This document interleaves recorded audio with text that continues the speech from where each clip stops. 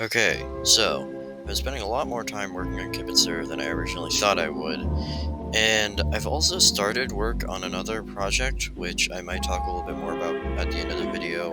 However, that project is kind of not that fleshed out right now. However, I've actually started working on the story of Kibitzer a bit more, so you might hear about that later in the video. But I guess with that, let's get on to all the new stuff.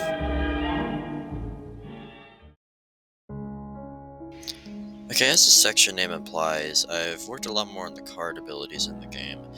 Right now, I only have 2 or 3 which I haven't done any work on, those being the Beast, the Joker, and I think the Heart?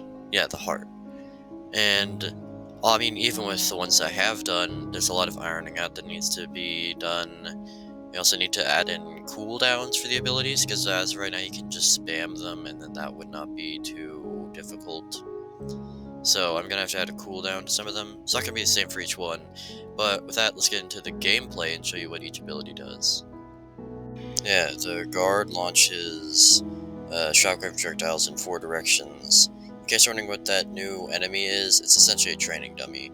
Eventually it's gonna actually be an enemy, but as of right now, like I said, training dummy.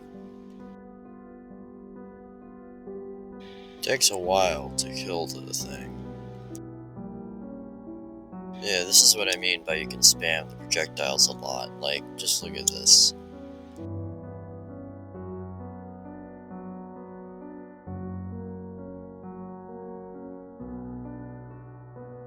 Yeah, I had to change the C's ability from like a dash to just a flat speed increase. And you also can't attack while it's active. So I guess just a slightly different version of the Knight. Speaking of which, you might have already seen this, but this is what the Knight's ability does. It just makes you invincible.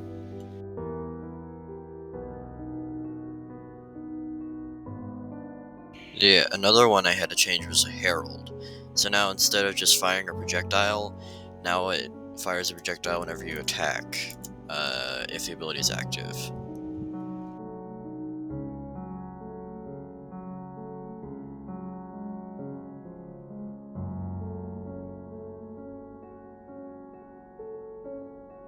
Yeah, and as another reminder, this is what the Star's ability does. It just makes an explosion. That's kind of all it does. It's pretty strong, so probably gonna add a lot of cooldown. But with that, I'm gonna get on to the new sprites. After that, I actually made some item sprites, so that's interesting. However, after that, I'm gonna get to the story. Yeah, to begin with the sprites, I updated the player sprite sheet to include some more effects for the cards. You saw them in the card ability section. Yeah, that should be on screen right now. I also added a lot more enemy sprites, and also with the item sprites I was talking about before. You can see a lot of them have different highlight colors. That sort of indicates the rarity of them, but then again, I don't know how the final game's gonna be like with items. So, eh. And I guess I've also been working on this new area of the game, which might be like a semi-secret area. I don't know. But I guess with the sprites mainly done, let's get on to the story section. Okay, to begin with the story of the game, all of the gods were created by an unknown entity, and said entity made a checklist of things for them to do. However, it forgot to keep humans in check on that checklist, and that eventually became a major issue later when a demon named the Joker came into the palace of the gods, disguised as just a random person, and introduced the gods to something called gambling. That's right. And the gods eventually became addicted to it and didn't watch over people anymore. So the entire world became a very, very bad place to live because monsters started invading, storms consumed the entire place. And as for the player, I don't know too much about them. However, all I know is that the story will be told through item descriptions. And it gets back to the story itself. Before they became completely addicted to gambling, the gods created a species known as demigods, which they thought would be fine protecting the earth on their own. However, eventually every last demigod died and essentially became extinct, which left no one to protect the world, and everything fell into even more turmoil than before.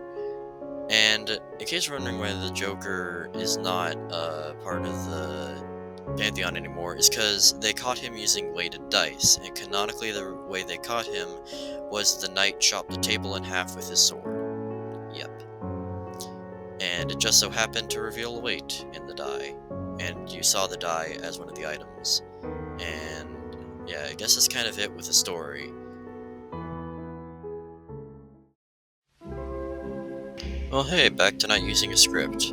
I don't have too much to say on the Deep Deep Blue, because I've not really been working on that game. I've been more focused on Kibitzer. I've also, how can I describe this? To keep up wanting to make games, I've also done some random sprite work, which might end up being another game. I can't really say too much about it right now, because I don't really have too much of a concept down.